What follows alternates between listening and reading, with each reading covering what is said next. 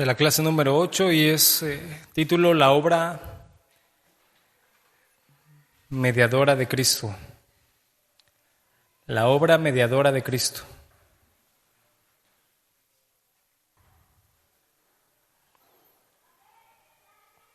¿En qué consiste la obra mediadora de Cristo?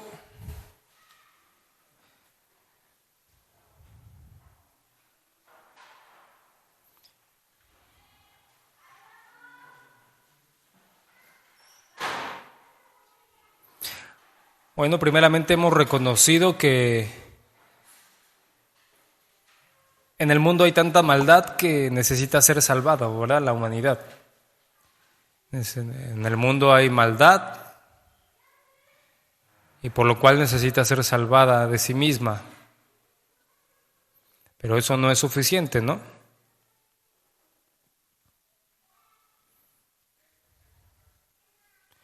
Y hablamos, ¿por qué? Porque estamos hablando de una liberación interna del pecado, no principalmente una liberación externa, ¿no?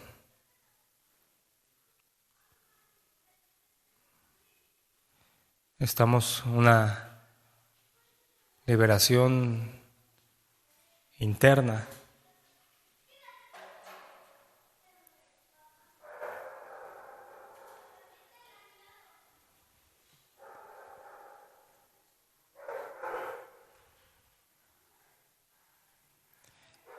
Y pues vamos a hablar dos palabras principales con respecto a la obra mediadora de Cristo. La primera es la propiciación. La propiciación.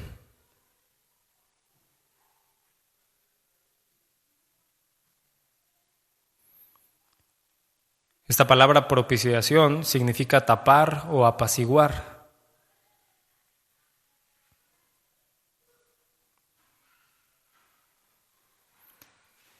Tapar o apaciguar. Es intervenir a favor de alguien que está bajo la ira furiosa de otro.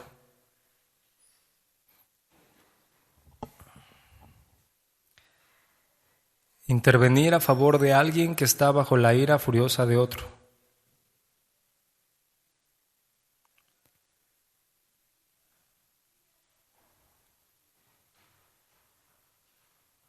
La palabra propiciación se refiere a un sacrificio que apacigua la ira de Dios.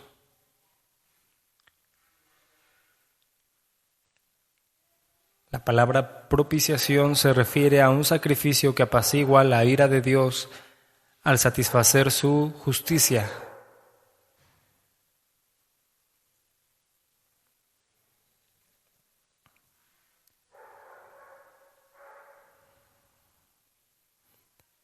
Entonces entendemos esto, ¿no? Es aplacar y apaciguar la ira de Dios. Apaciguar o aplacar la ira de Dios de parte de un pecador culpable que merece ser castigado.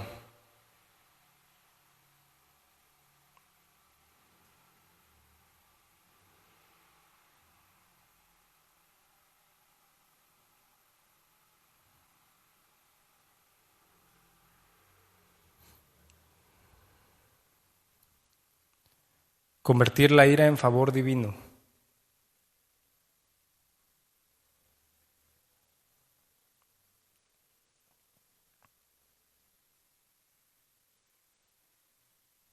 ¿Sí? Romanos 3:25. Romanos 3:25.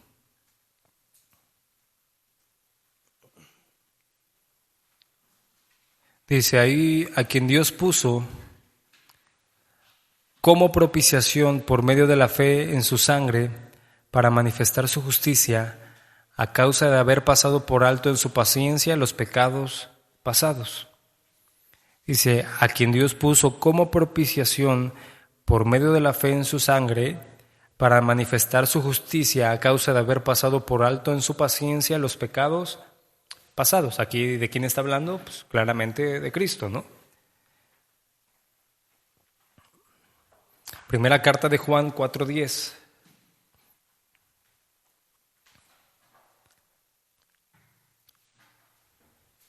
Primera de Juan 4:10.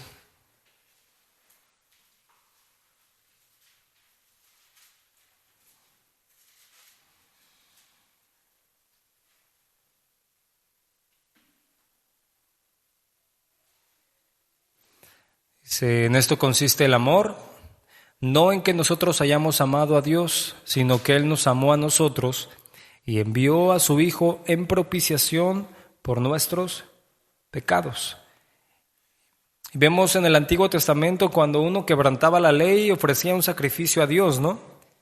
Lo que pretendía era que el sacrificio le liberara del castigo que habría de venir a su vida. Para decirlo de otra forma, un hombre pecaba y aquel pecado destruía su relación con Dios. Para restaurarla ofrecía un sacrificio.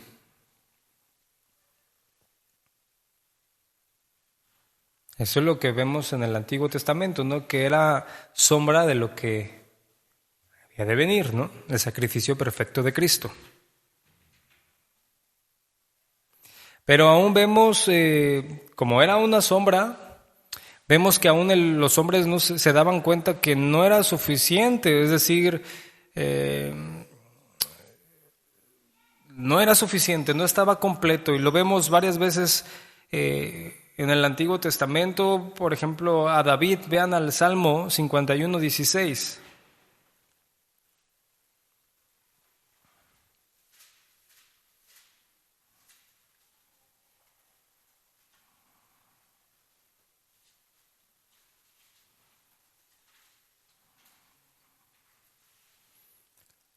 Salmo 51:16.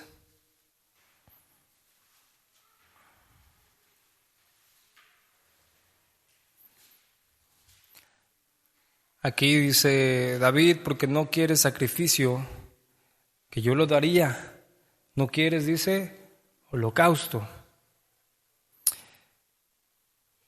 Mire Miqueas 6:6. Miqueas 6:6.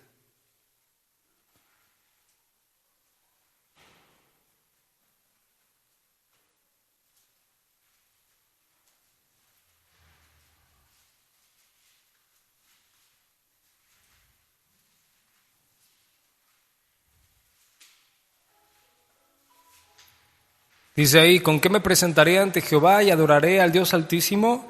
¿Me presentaré ante Él con holocaustos, con becerros de un año? ¿Se agradará Jehová de millares de carneros o de 10,000 arroyos de aceite?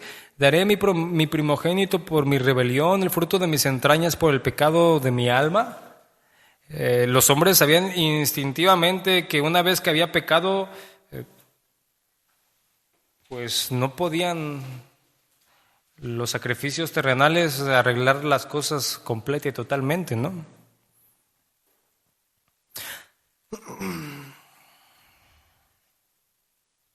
Mire Romanos 1:18. Romanos 1:18.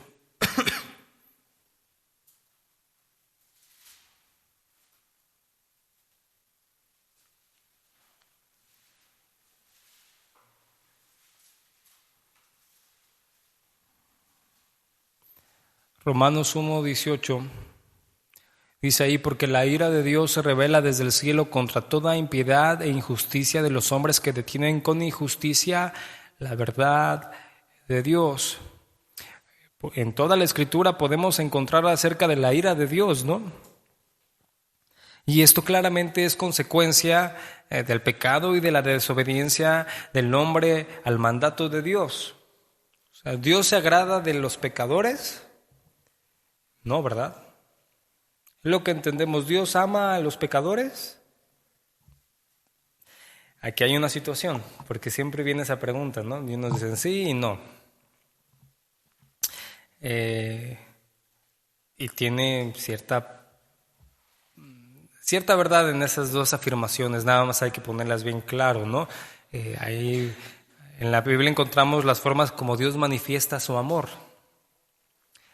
Y una forma es como Dios manifiesta su amor con respecto a su benevolencia, ¿no?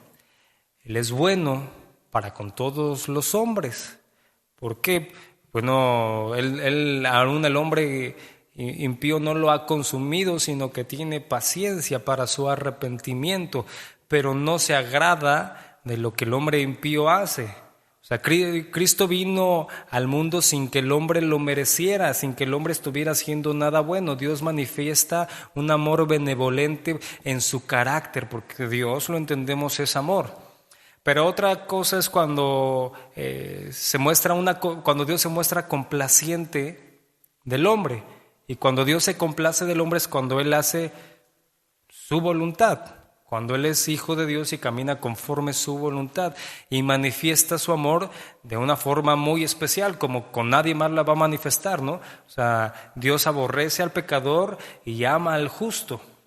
¿Entendemos? Eso es desde la perspectiva del amor de Dios, desde su complacencia. Él se complace con aquellos que hacen su voluntad y desecha a aquellos que hacen fuera de su voluntad. Eso debemos de entenderlo, cómo el amor de Dios se manifiesta. Sí se manifiesta para con todos los hombres en su benevolencia. Él es paciente. Él envió a su Hijo a morir por los pecados de los hombres, y Él da ciertas bendiciones pues a todo hombre, ¿no? O sea, la vida en sí es un regalo de parte de Dios.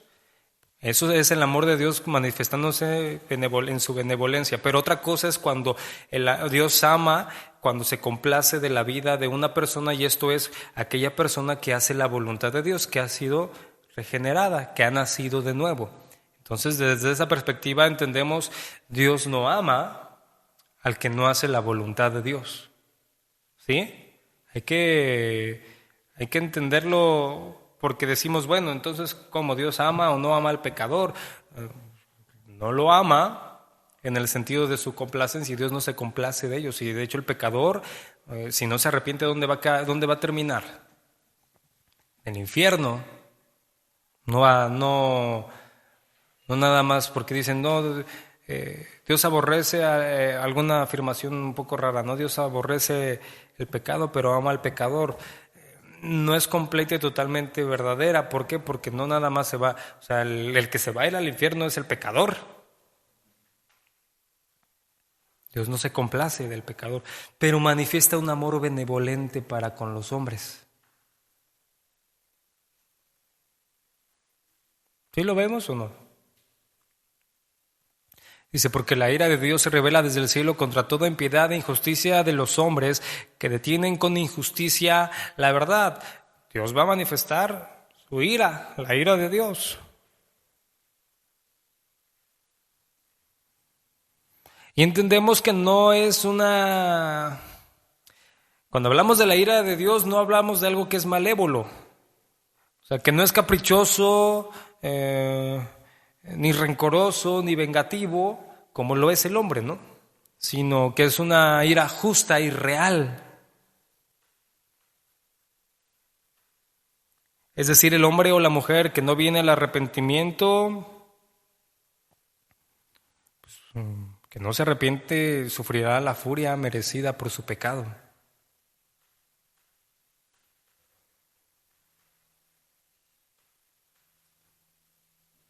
O sea, no hay cabida, ¿no?, a este pensamiento de Dios no castigará a nadie porque Él es amor. Recordemos el diluvio, ¿no? Recordemos a Sodoma y Gomorra. Recordemos a Ananías y Zafira. El mismo Señor Jesucristo lo decía, no teman a los que matan el cuerpo, pero temamos a quien puede destruir el alma y el cuerpo y lo puede enviar al infierno, ¿no? Dice Mateo, ¿no? Mateo 10.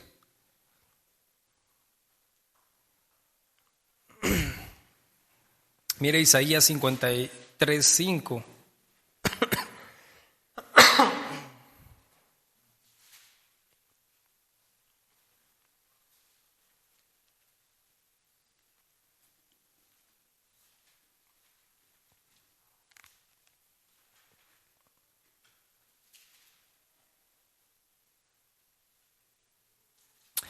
Dice, mas el herido fue por nuestras rebeliones, molido por nuestros pecados, el castigo de nuestra paz fue sobre él, y por su llaga fuimos curados. Mas el herido fue, ¿por qué? Por nuestras rebeliones. Es decir, Dios descargó su ira, lo que nosotros merecíamos, en él. Mas el herido fue por nuestras rebeliones, molido por nuestros pecados, el castigo de nuestra paz fue sobre él, y por su llaga fuimos nosotros curados.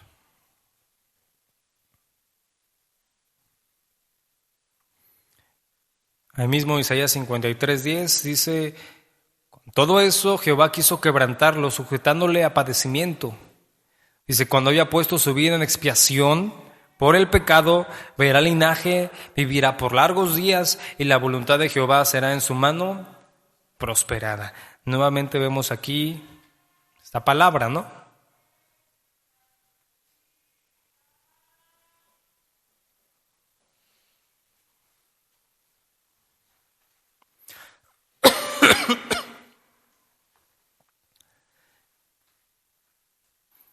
Viene otra palabra, la segunda, que es redención.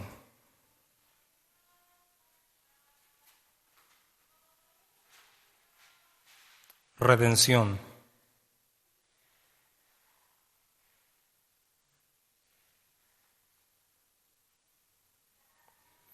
Redención quiere decir pagar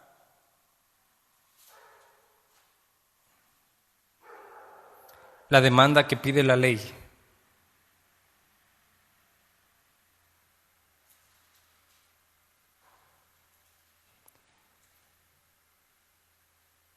Se redime algo cuando se paga su valor total para poder poseerlo.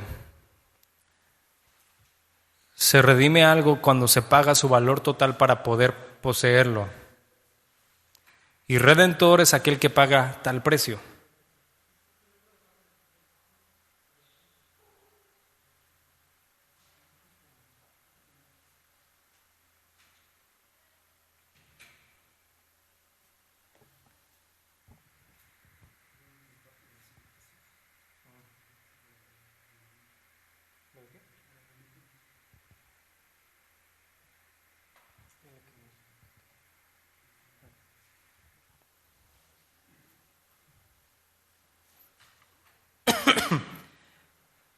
Redentor es aquel que paga tal precio. Efesios 1:7.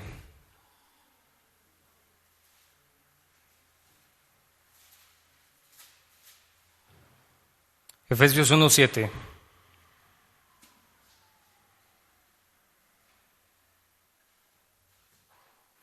Dice, en quien tenemos redención por su sangre, el perdón de pecados según las riquezas de su gracia. Aquí vemos esta palabra redención, que es pagar el precio. ¿Y cuál dice que ahí es el precio? Su sangre. Dice, en quien tenemos redención por su sangre, el perdón de pecados según las riquezas de su gracia. Colosenses 1:13.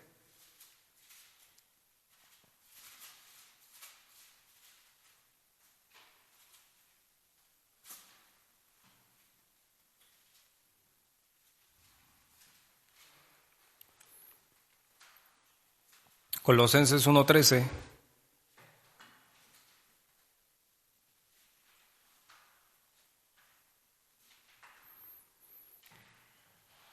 Dice, el cual nos ha librado de la potestad de las tinieblas y trasladado al reino de su amado Hijo, en quien tenemos redención por su sangre, dice, el perdón de pecados. Mira, hay un ejemplo, cuando existía la esclavitud, todos los hijos nacidos de los esclavos pasaban también a ser posesión del amo. Nada le pertenecía al esclavo, todo era propiedad del dueño. Imagínese esto, ¿no? O sea, había una persona esclava, tal vez un matrimonio que eran esclavos, y nacía un niño bajo este término de que ellos eran esclavos, e inmediatamente él pasaba a ser esclavo. No le pertenecía a su vida, pues al amo de ellos. Y vemos exactamente lo mismo que sucede cuando en el huerto del Edén, ¿no? Nuestros primeros padres, al comer del fruto prohibido, se vendieron a la esclavitud del pecado. Ellos desobedecieron. Desde entonces, automáticamente, todo ser nacido pertenece al pecado. Pero bueno, vemos aquí el que pagó el precio para liberarnos de esa esclavitud a la cual el hombre libremente se vendió, ¿sí? Porque el hombre pecó, lo entendemos, ¿no? Cristo ahora es el que vino a redimirnos, a pagar el precio por nuestra liberación.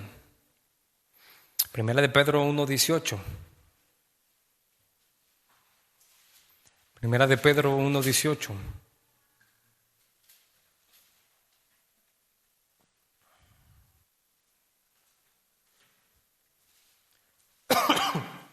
Primera de Pedro 1:18 dice: sabiendo que fuisteis rescatados de vuestra vana manera de vivir, la cual recibisteis de vuestros padres. ¿Sí estamos ahí?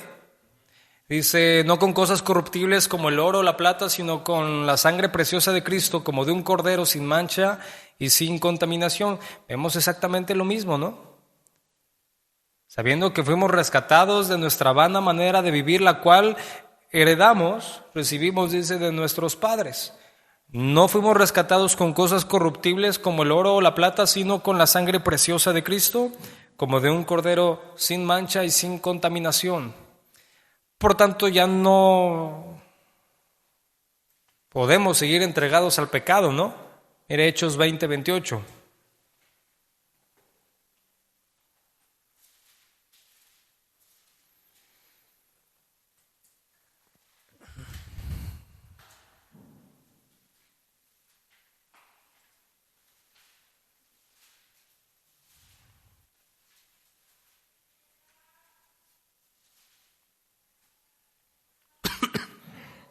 Por tanto, dice: mirad por vosotros y por todo el rebaño en que el Espíritu Santo os ha puesto por obispos, para apacentar la iglesia ¿de quién?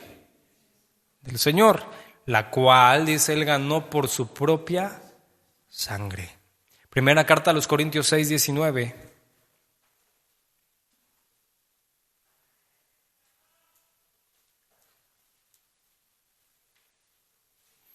Primera carta a los Corintios 6:19.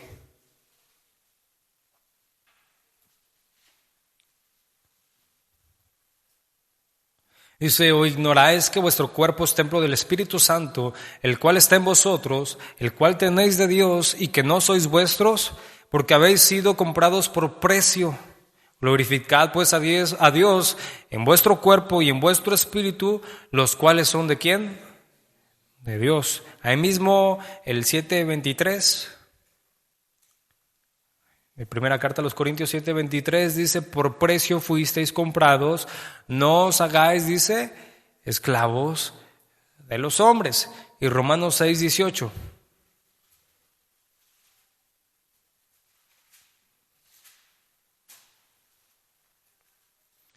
Dice: y libertados del pecado, venimos a ser siervos ¿de quién? De la justicia. Hemos sido redimidos. Cristo es nuestro Redentor, nuestro Salvador, ¿no? Vemos aquí la obra mediadora de Cristo, ¿no? Primeramente, como propiciación, apaciguando la ira de Dios, mostrando redención por medio de su vida, ¿no? Entregando su vida, entregándose el sacrificio que fue agradable a Dios, ¿no? Tenemos 5 minutos.